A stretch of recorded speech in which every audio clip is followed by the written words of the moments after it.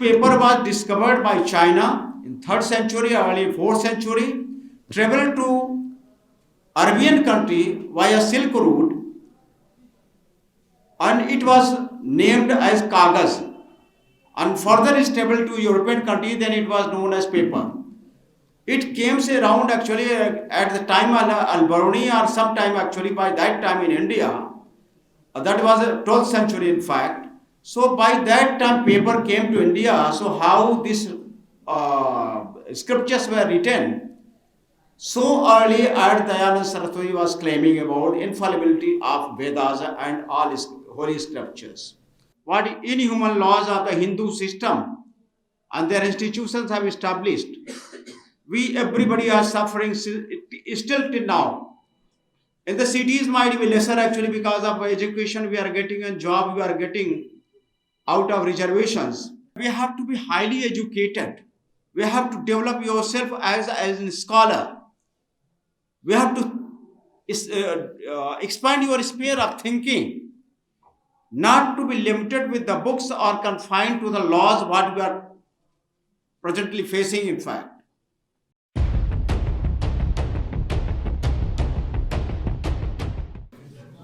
Thank you everybody and good evening. Namo Buddhaya, Jai Bhim. Respected Professor Ratanlal ji and Professor Vikram, who is modern Sukrat and modern what you can say great revolutionary of this Allahabad city, who is doing a lot of things for our community. And we must follow the routes what he is going to make actually for the future generations here. We are talking about Periyar. He was really a great man. I cannot talk like Professor Ratanlal or Professor Vikram. Being an administrative officer, I can speak only on line of limitation of laws and rules and all that. So I will seek your forgiveness, and further I want to talk about the Periyar's encouraged during the period when the radicalism of Brahmanism was at very high,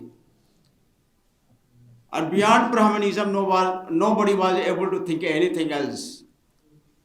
But the Brahmanic laws were there. What Hindus' laws were there, only they were recognized throughout the country.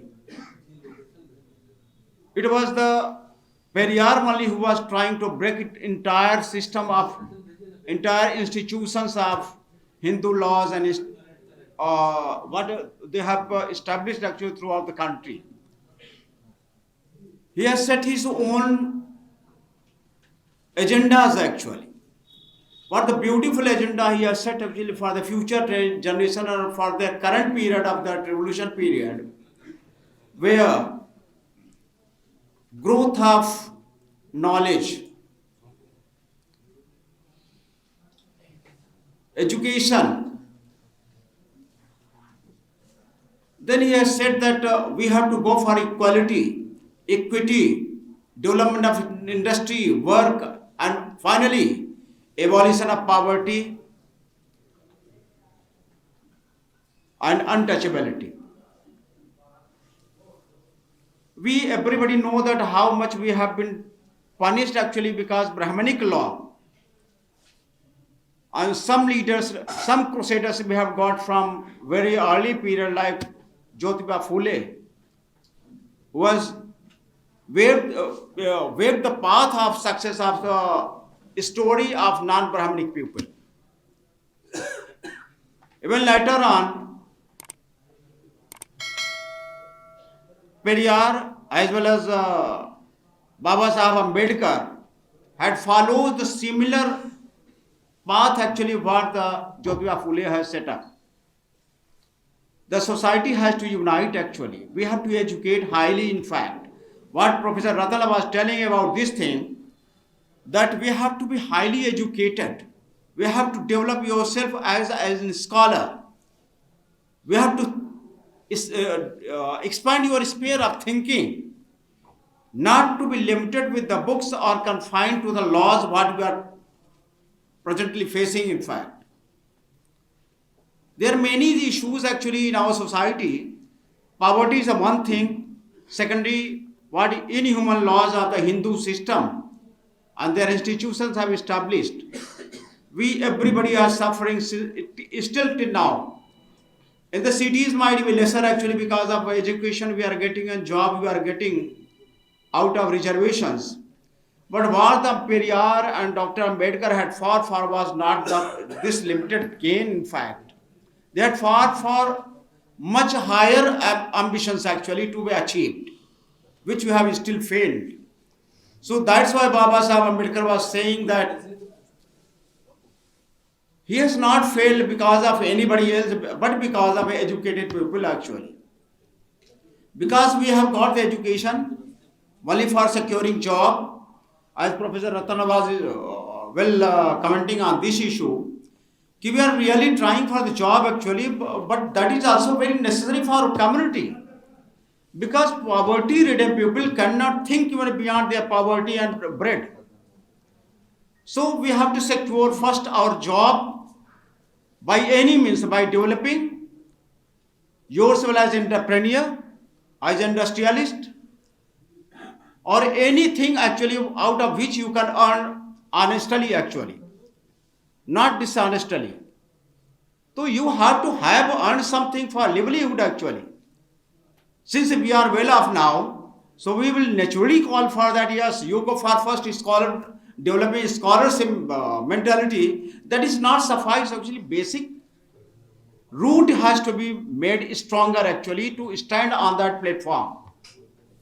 Unless you are strong economically, you cannot study, you cannot develop your professionalism, you cannot go in the politics, you cannot develop yourself and your children actually at par of other people in fact in the country. About Periyar, what we are talking about, breaking of idols and burning of Hindu scriptures, and what they claim very highly extolling, they claim in fact about Vedas that they were written very early in, according to Dayanand Saraswati. What he says that 1,86,000 earlier it was written. I am coming about the reality and truth historically and what we have got out of this, that they were written during the period of 15th, 16th centuries in fact. And this idol worship started later on in fact, not before. During Buddha period till the period of Pal dynasty, there was no Murti Puja. Idol worship was nowhere actually existing. And I am telling that how they are claiming, stalling about proving that epic is infallible, unquestionable.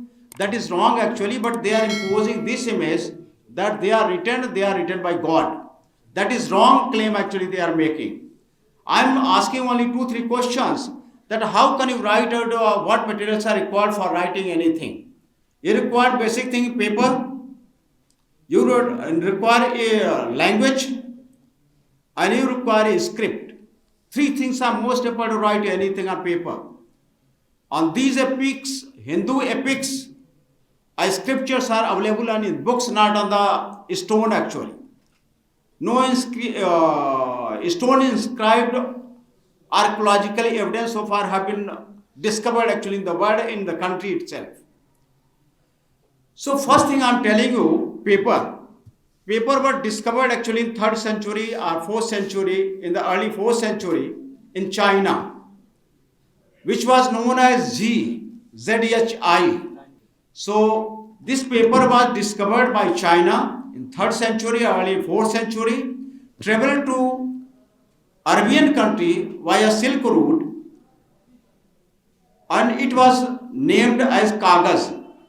And further is traveled to European country, then it was known as paper. It came around actually at the time Al-Baruni or sometime actually by that time in India. That was 12th century in fact. So by that time paper came to India. So how these scriptures were written. So early at Dayanand Saraswati was claiming about infallibility of Vedas and all holy scriptures. Second thing, language. Language as human evolution, language is also having its own evolution. First, oldest language we have the Pali, then Prakrit, then Abhrans, thereafter Sanskrit developments comes actually. That starts in 8th century and 9th century, not before that. So that scripture and Devanagari language also started to come actually in picture by 11th, 12th century, not before that. And without Sanskrit, without these materials, how can you write Sanskrit and Vedas and scriptures? It was not possible, a false claim they are making. So the infallibility is totally rubbish. It is not actually standing to the factual check. So we can say that we are facing a wrong things, and what we are worshipping, what we are following is totally false. So my dear friends, my request is to go for what Dr. Ratanlal, Professor Ratanlal is telling about this thing, that we have to develop our caliber. First you try to learn English. English is universal language, world over recognized language. Wherever you are going, you will be welcomed with the language actually only. Hindi will be confined only in North India. Even South India will not entertain you. So better go for better English, speak fluently, learn it. This language will take you to highest position. So my dear friends, thank you very much. And I will thank Professor Ratanlal to spare time for this Allahabad speech. Thank you very much.